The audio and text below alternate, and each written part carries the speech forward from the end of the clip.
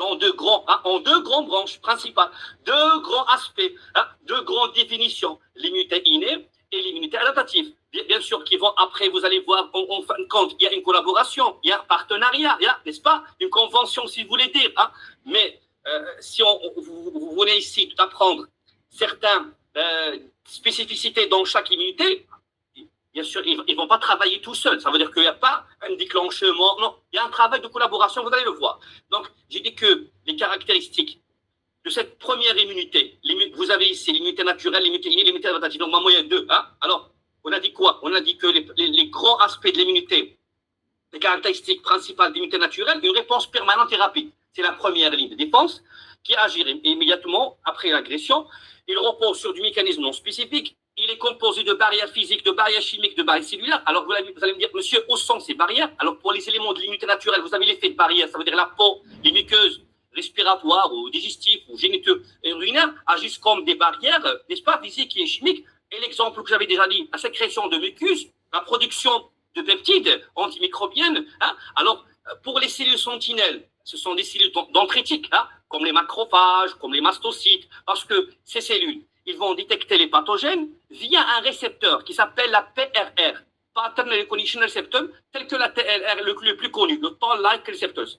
Bien sûr, le rôle, c'est quoi? Ils vont identifier le PAMPS, donc les pathogènes associés molecular patterns, ils vont déclencher cette première réponse inflammatoire. Et bien sûr, il y a le système du complément, comme vous voyez, le système du complément. Alors, le système du complément, c'est quoi? C'est un ensemble de protéines qui est soluble, activé en cascade. Pourquoi? Pour liser les agents pathogènes et recruter des cellules inflammatoires. Alors, j'ai donné l'exemple comme le déficit en C3 du complément prédisposant à des infections bactériennes graves.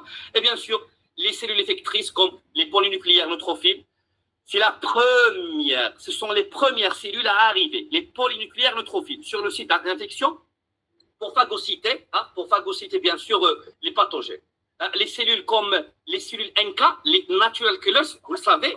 Alors, c'est vraiment, ce sont responsables à la destruction des cellules infectées par des virus ou des cellules tumorales.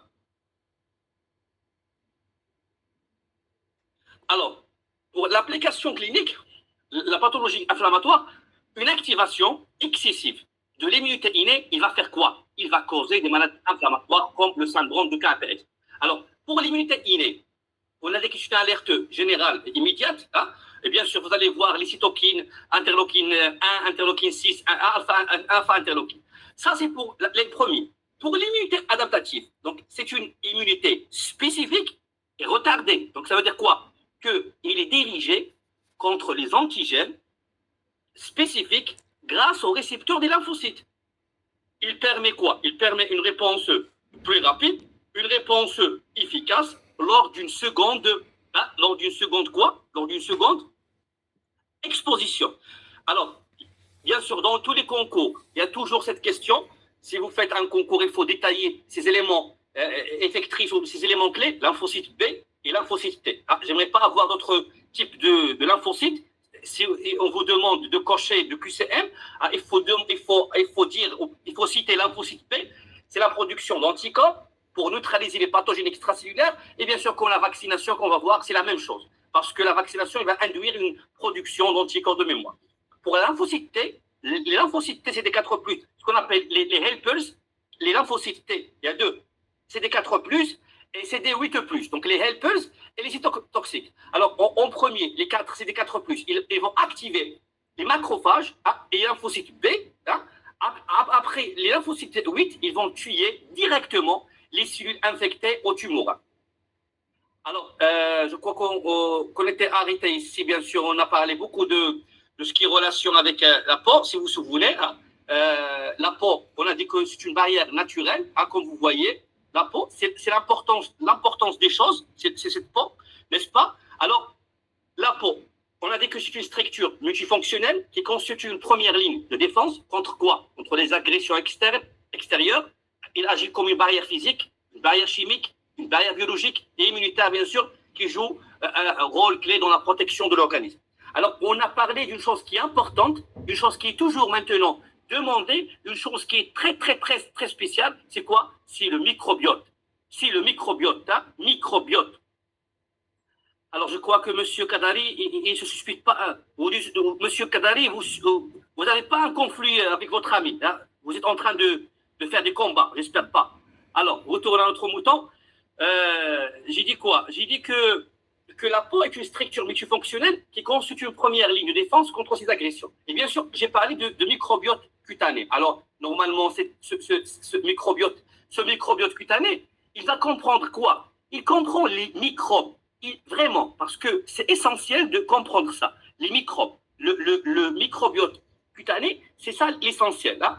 Parce que vous allez me dire, monsieur, comment ça? Alors, le microbiote comprend les bactéries, mais des virus aussi, les champignons, naturellement présents à la surface de la peau. Ils ont des rôles, s'il vous plaît. Ils ont des rôles, la protection contre les pathogènes, par compétition, hein, pour les nutriments et les niches écologiques avec les pathogènes. J'ai donné l'exemple, si vous vous souvenez, Staphylococcus epidermidis. Normalement, il fait quoi? Cette Staphylococcus, hein, microbe, Staphylococcus epidermidis, empêche la colonisation de la peau par Staphylococcus aureus. Imaginez, parce que ce dernier, c'est un pathogène opportuniste. Vous avez compris. Alors, il y a aussi le développement du système immunitaire, parce que le microbiote, il va influencer la maturation, s'il vous plaît. Le microbiote, il va influencer la maturation du système immunitaire inné et adaptatif. Donc, l'exemple clinique, les enfants nés par césarienne, moins exposés au microbiote maternel, peuvent présenter un développement immunitaire retardé. Et bien sûr, il y a cette communication avec le système immunitaire parce que les micro-organismes du microbiote stimulent la production de peptides antimicrobiennes par les kératinocytes. Et